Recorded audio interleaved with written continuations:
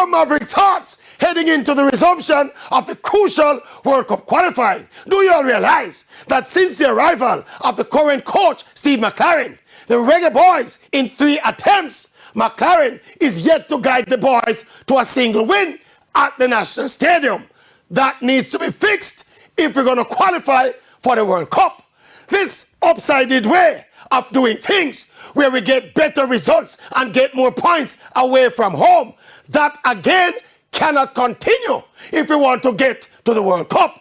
And for sure, we know the dynamics where many of the Jamaican players never grew up in Jamaica and are more comfortable in the big foreign stadia with the beautiful surfaces and less comfortable at the smaller national stadium with a not so perfect surface. But again, some way, somehow, the coach, the players, and the fans, collectively, we have to reverse that trend.